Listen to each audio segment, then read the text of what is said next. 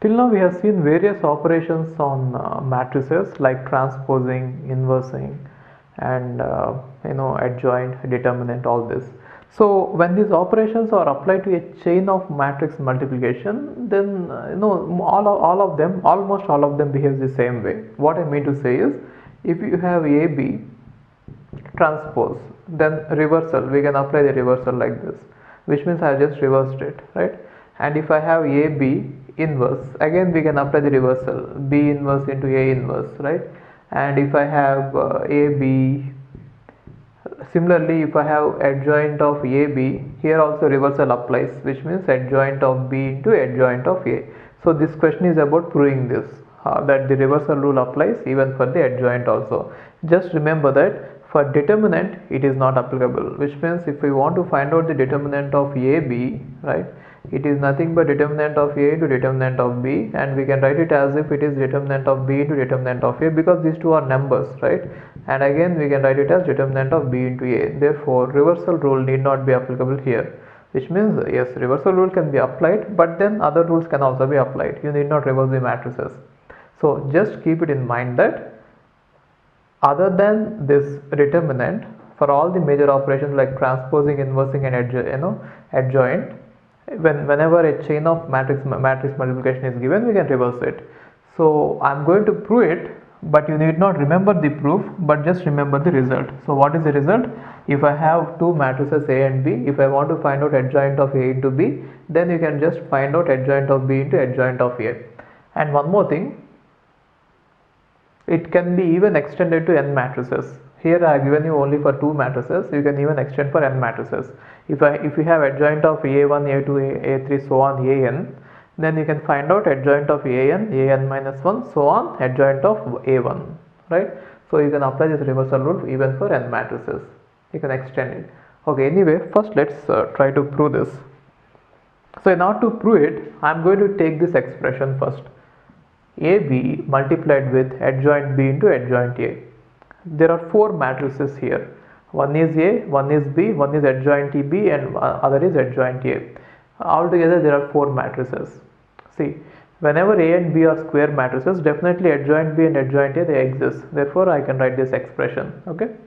And now by using the associativity of matrix multiplication, we can multiply any of the two matrices from these four matrices before the other multiplications. Therefore I am going to multiply B into adjoint B first. So A into B into adjoint B into adjoint A, and we know that B into adjoint B is equal to adjoint det B into In. This is what we already know. So B into adjoint B or adjoint B into B is equal to det B into In. Fine. Now since det B is a constant and the others are all three are matrices, you can pull out this constant to the beginning. Therefore I am pulling out det B to the before, right? Now there is In. So In, whenever there is identity matrix in matrix chain multiplication, we can just remove it, because that is identity rule, isn't it? Multiply In with the adjoint A, you are going to get adjoint A. Therefore two matrices are remaining. One is A and other is adjoint A. Multiply them both.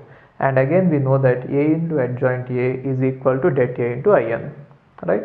So det B into det A into In. We know that det B into det A can be written as det BA, and again det BA can be written as det AB. Therefore we found out that the value of this expression is this one. So this entire expression boiled down to this small thing, right? Now we already know that AB into adjoint AB equal to det AB into In. How did we know this? We know that A into adjoint A equal to det A into In, isn't it? So from that we can easily get this. So in place of A, if we substitute AB, we get this, right? And now what I am trying to do is, this one is equal to this and this one is equal to this. Therefore I can equate this expression and this expression. So I'll equate this one and this one. See, this one and this one, right? And now we got AB here and AB here, so you can cancel out, which means you can multiply with A inverse first and then B inverse on both the sides, then we can cancel out AB, right? Then we get this, which is what is required. This is one way of proving, and we can similarly prove it the other way also. So here you can stop it, or you can even extend the proof. I mean, there is one other way of proving the same thing. So see this, how we are going to prove it is, I'm again going to take this expression, but in a different way. Earlier, this adjoint B into adjoint A was multiplied with AB from the before, I mean from pre-multiplication. Now I am going to do it as post-multiplication. Yes, I multiplied there. Then what did we get? Then adjoint of B into adjoint A into A, like this, which means there are four matrices there, and I am going to apply that associativity rule, and we can take any two matrix multiplication first. So I am going to consider these two matrices to be multiplied first. Then we know that adjoint A into A is nothing but det A into In. I substituted it. Now there are three matrices if you observe, adjoint B, In and B, and det A is a constant, so you can pull out the constant to the beginning. Yes, I pulled out, and anyway In multiplied with B is going to give us B, therefore I can eliminate In, and the remaining is adjoint B into B. Then I got adjoint B into B here, and we know that adjoint B into B is nothing but det B into In, right? So I am going to write det B into In here, and det A into det B can be written as det AB. Got it? So from this expression I got that it can be boiled down to this expression, and we already know that adjoint of AB into AB equal to det AB into In. How do you know that? Because we know that adjoint of A into A equal to det A into In, and in place of A we can put AB, right? Therefore now if you observe this expression and this one, both are same, therefore this expression and this expression can be equated, which means adjoint B into adjoint A into AB is equal to adjoint AB into AB. Now we can strike off these two, AB, AB. Then what is remaining? Again the same proof. What is it? Adjoint of AB equal to adjoint B into adjoint A. Even though you are not able to remember this proof, you need not remember it, you need not by heart it, just remember the result. It is important.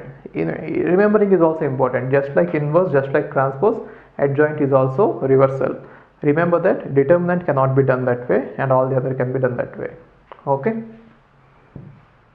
Hi, if you are planning to do masters, then doing masters abroad is better than doing masters in India. I'll give you all the reasons.